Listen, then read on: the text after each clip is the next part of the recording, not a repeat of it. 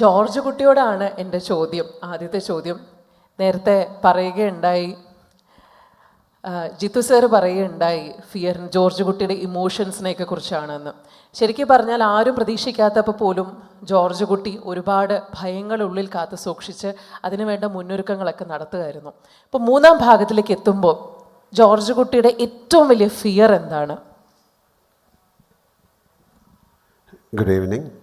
എല്ലാവർക്കും മനോഹരമായ ഒരു സായനം നേരുന്നു. We have some very special guests from Mumbai, Kumarji, Abhishekji, Rajesh Menon. Welcome to our family. Okay.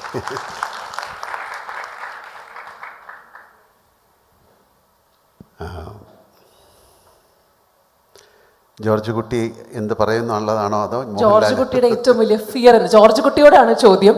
Lal സാറിനെ ഞങ്ങൾ കുറച്ച് കഴിഞ്ഞ ഓഡിയൻസിന് പ്രസന്റ് ചെയ്യാനിരിക്കുകയാണ്. ഇപ്പോൾ നിൽക്കുന്നത് ജോർജ് കുട്ടിയാണ്.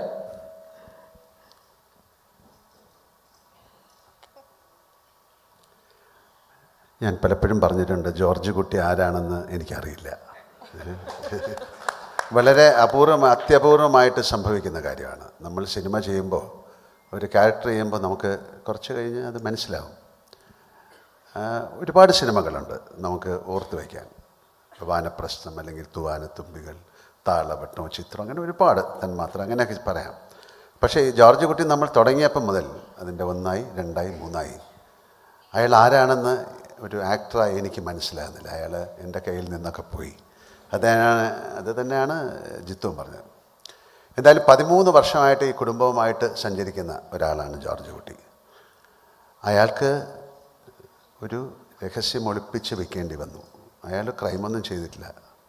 അയാളുടെ മകൾക്ക് വേണ്ടി, അയാളുടെ ഭാര്യയ്ക്ക് വേണ്ടി, അയാളുടെ കുടുംബത്തിന് വേണ്ടിയിട്ട് അയാൾക്ക് ഒരു സത്യം വെക്കേണ്ടി വന്നു. എന്നിട്ട് അയാൾ പറഞ്ഞു, നിങ്ങൾക്ക് ഒന്നും സംഭവിക്കില്ല, ഞാനുണ്ട്. അത് അയാളുടെ ഒരു വാക്കാണ്. അപ്പോൾ അയാളുടെ ഒരു പ്രതിജ്ഞയാണ്. അത് കീപ്പപ്പ് ചെയ്യാനായിട്ട് കഴിഞ്ഞ 13 വർഷമായിട്ട് അയാൾ ഭയങ്കര ഒരു യാത്രയിലാണ്. അയാൾക്ക് വയ്യാതായി. അയാൾക്ക് എന്താ പറയുന്നത്, ഈ സിനിമയിൽ നമ്മൾ പറയുന്നുണ്ട് എനിക്ക് ഭയമാണ്. ജോർജ് കുട്ടി അങ്ങനെ ഭയമില്ലാത്ത ആളൊന്നുമില്ല. എവറി മൊമെൻറ്റ് അയാൾക്ക് പേടിയാണ്. എന്തുകൊണ്ടാണ്? അയാളെ പറ്റിയല്ല, അയാളുടെ കുടുംബത്തെ പറ്റി. അപ്പോൾ കുറച്ചുകൂടെ നമ്മൾ ഏജായി. ജോർജ് കുട്ടിക്ക് 13 വർഷങ്ങൾ കഴിഞ്ഞു. അവരുടെ കുട്ടികളൊക്കെ വലുതായി. അവരെ പല ചോദ്യങ്ങൾക്കും അയാൾ ആൻസർ ചെയ്യേണ്ടി വരും. ഈ സിനിമയിൽ അങ്ങനെ ഉണ്ട്. അയാളുടെ ഭാര്യയുടെ ചോദ്യങ്ങൾക്ക് അവരുടെ മുന്നിലൊന്നും അദ്ദേഹത്തിൻ്റെ യഥാർത്ഥ വികാരങ്ങൾ പ്രകടിപ്പിക്കാൻ പറ്റില്ല.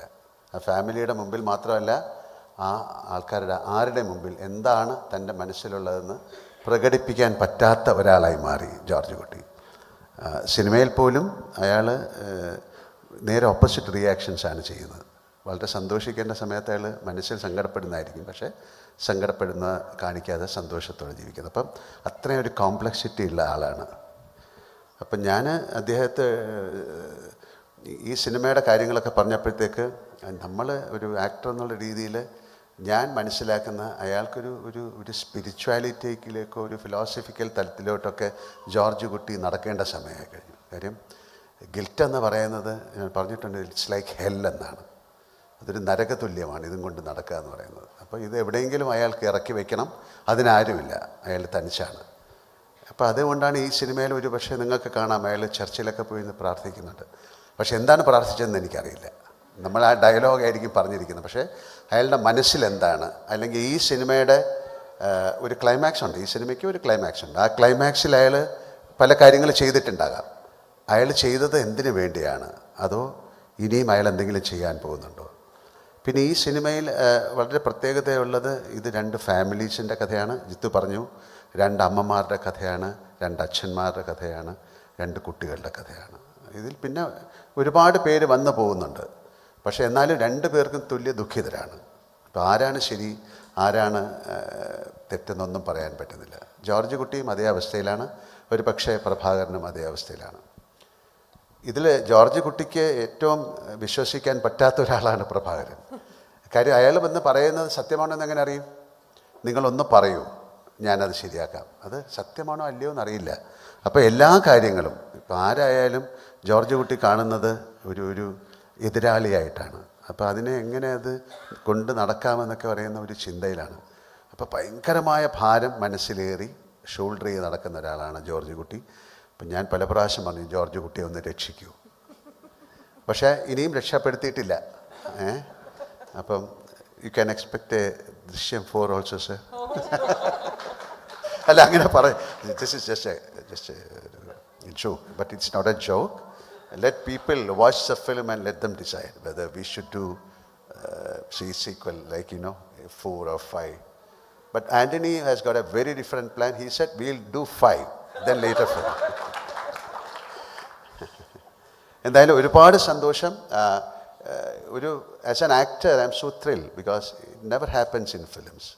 For the last 13 years I'm carrying this character and this family, and they are growing and they are having a bunch of questions and George Kutti is not able to answer. അപ്പോൾ അങ്ങനെ even പിന്നെ പ്രേക്ഷകർ ഈ പ്രേക്ഷകർക്കും അതിൽ അഭിനയിക്കുന്ന എല്ലാ ക്യാരക്ടേഴ്സിനും പ്രേക്ഷകർക്കറിയാം, പക്ഷെ അതിൽ അഭിനയിക്കുന്ന ഒരു ക്യാരക്ടേഴ്സിനും ഇയാൾ എന്താ ചെയ്തതെന്നറിയില്ല. അതൊരു സ്ട്രേഞ്ച് ഫിനോമിനയാണ്. പ്രേക്ഷകർക്കറിയാം, അതിലെ പോലീസിനറിയാം, കുറച്ച് പേർക്കൊക്കെ അറിയാം ഇയാൾ എന്തോ ചെയ്തിരിക്കുന്നത്, ഹാസ് ഡൺ സംതിങ്, ബട്ട് എന്താണെന്നുള്ളത് ആർക്കും അറിയില്ല, ആ ഫാമിലിക്ക് അറിയില്ല. അപ്പോൾ ഇതുകൊണ്ട് ഇയാൾക്ക് ഈ വെയിറ്റ് താങ്ങി നടക്കാനുള്ള ശക്തി ഇല്ലാതായി. അപ്പോൾ അതുകൊണ്ടാണ് ഈ സിനിമയിൽ പറയുന്നത്, ഇത് എനിക്ക് ഒരാളല്ല ഒരുപാട് എതിരാളികളുണ്ട്, എനിക്ക് ഭയമാണ്.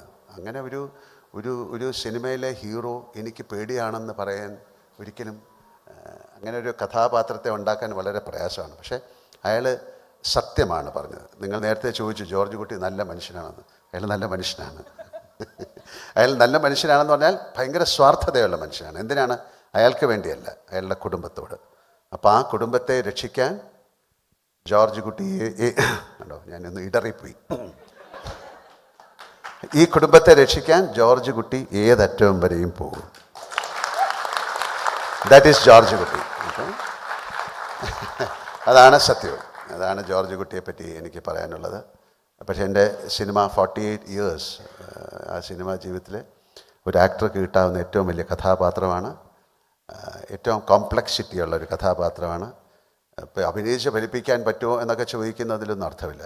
അത് നമ്മൾ അഭിനയിക്കും, അത് ശരിയല്ലെങ്കിൽ അത് ശരിയല്ലെന്ന് പറയാൻ ക്യാമറയുടെ പുറകിലും മുമ്പിലൊക്കെ ആൾക്കാരുണ്ട്. പക്ഷേ ജോർജ് കുട്ടിയെ മനസ്സിലാക്കുക എന്ന് പറയുന്നത് ആർക്കും പറ്റില്ല. അതങ്ങനത്തെ ഒരു ക്യാരക്ടറാണ്. ഇങ്ങനെയൊരു ജോർജ് കുട്ടി ഉണ്ടാകുമോ എന്നെനിക്ക് ഇല്ല. ഇതിലേറ്റവും രസം ജോർജ് കുട്ടി എന്ന് പേരിട്ടതാണ്. അയാൾക്ക് കിഷൻ നായരെന്നും എല്ലാം പേരാണെങ്കിൽ ഇത് അല്ല, സീരിയസ്ലി അല്ലേ? ജോർജ് കുട്ടി എന്ന് പറയുന്നത് പറയാനൊരു സ്വീറ്റ് നെയിമാണ്, പക്ഷേ കുറച്ച് പ്രയാസമുള്ള ഒരാളാണ്. Thank you so much, and once again sir, thank you very much for associating with us. That's why I said welcome to our family.